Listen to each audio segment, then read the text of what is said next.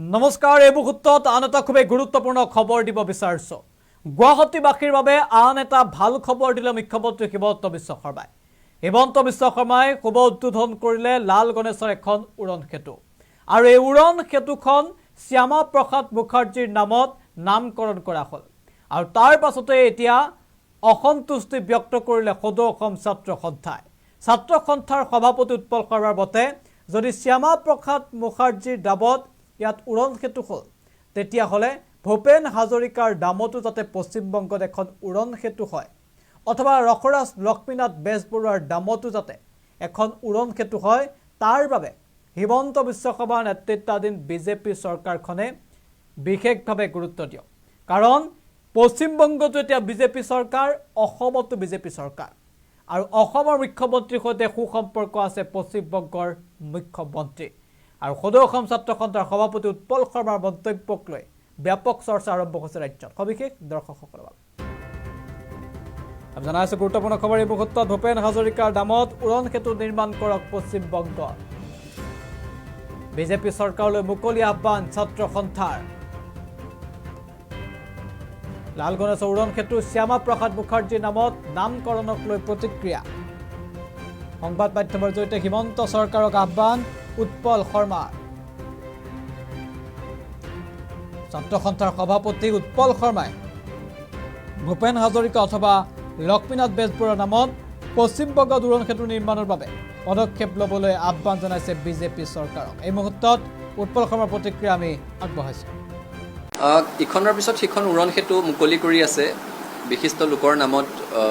উৰণ সেতুসমূহ নামাকৰণ কৰা হৈছে শেহতীয়াকৈ এখন উৰণ সেতু শ্যামা প্ৰসাদ মুখাৰ্জীৰ নামত উৎসৰ্গিত কৰা বুলি খবৰ পাইছোঁ আপোনালোকৰ মাধ্যমেৰে সৈতে আমি ভাল পালোহেঁতেন যদি উৰণ সেতুখন হেমাংগ বিশ্বাস ডাঙৰীয়াৰ নামত উৎসৰ্গিত হ'লহেঁতেন যিগৰাকী হেমাংগ বিশ্বাসে ভাষা আন্দোলনৰ সময়তো ভূপেন হাজৰিকাৰ সৈতে লগ লাগি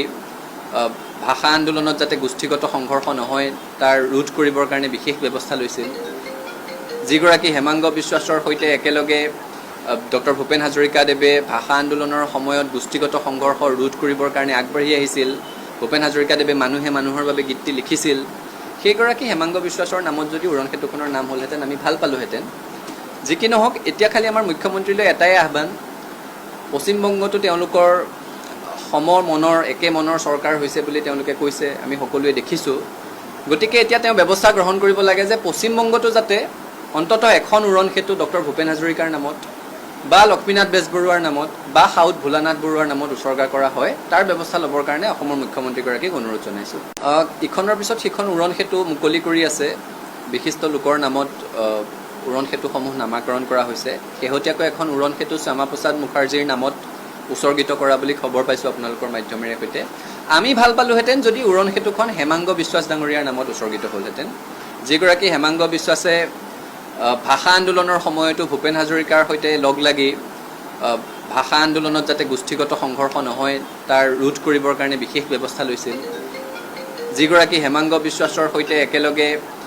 ডক্টৰ ভূপেন হাজৰিকাদেৱে ভাষা আন্দোলনৰ সময়ত গোষ্ঠীগত সংঘৰ্ষ ৰোধ কৰিবৰ কাৰণে আগবাঢ়ি আহিছিল ভূপেন হাজৰিকাদেৱে মানুহে মানুহৰ বাবে গীতটি লিখিছিল সেইগৰাকী হেমাংগ বিশ্বাসৰ নামত যদি উৰণ সেতুখনৰ নাম হ'লহেঁতেন আমি ভাল পালোহেঁতেন যি কি নহওক এতিয়া খালি আমাৰ মুখ্যমন্ত্ৰীলৈ এটাই আহ্বান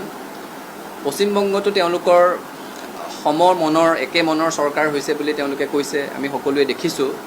গতিকে এতিয়া তেওঁ ব্যৱস্থা গ্ৰহণ কৰিব লাগে যে পশ্চিমবংগতো যাতে অন্ততঃ এখন উৰণ সেতু ডক্টৰ ভূপেন হাজৰিকাৰ নামত